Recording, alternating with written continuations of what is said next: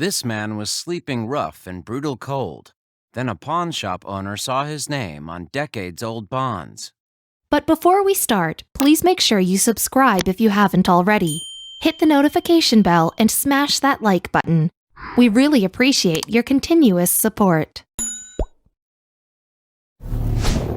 It was a bitter winter in Chicago, especially for those living on the streets. Among the homeless community was an Army veteran, but little did the former soldier know that there was someone looking for him, and they were about to give him something that would turn his life around. This remarkable story begins in Kansas, way back in 1980. It involves two men, a pawn shop, and some savings bonds. Nearly 4 decades later, the tale has finally reached a conclusion, and it's a truly uplifting story to recount. The first character to mention is Woodrow Wilson, Jr. In 1980, he was a 21-year-old serving in the U.S. Army. But when money became a bit tight, Wilson decided that he needed to make a quick buck, and he knew that he had a few savings bonds worth $100 each. So, he strolled into Jack and Dick's pawn shop not far from his military base in Fort Riley and handed them over. A man named Chris Mathis took charge of the pawn shop back in 1991. Then, in the process of organizing the store recently, Mathis discovered some things that intrigued him. Sure enough, he came across Wilson's old bonds, and they were no longer worth just $100 each.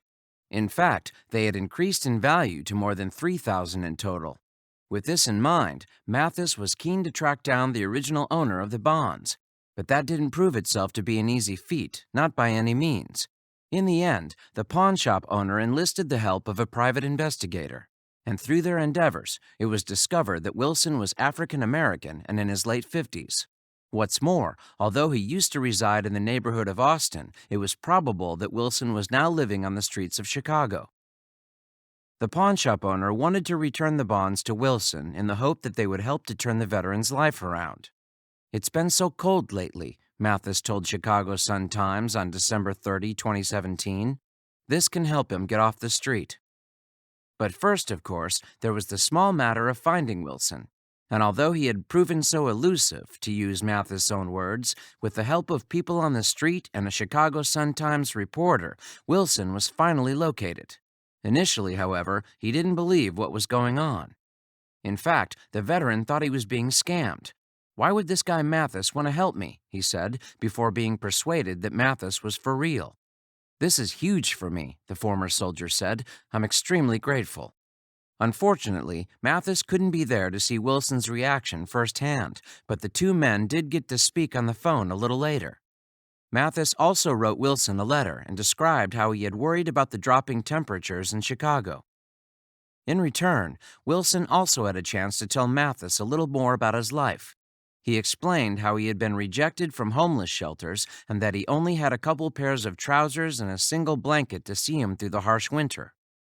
Now, thanks to Mathis' efforts to trace him, the homeless veteran could look forward to a brighter future.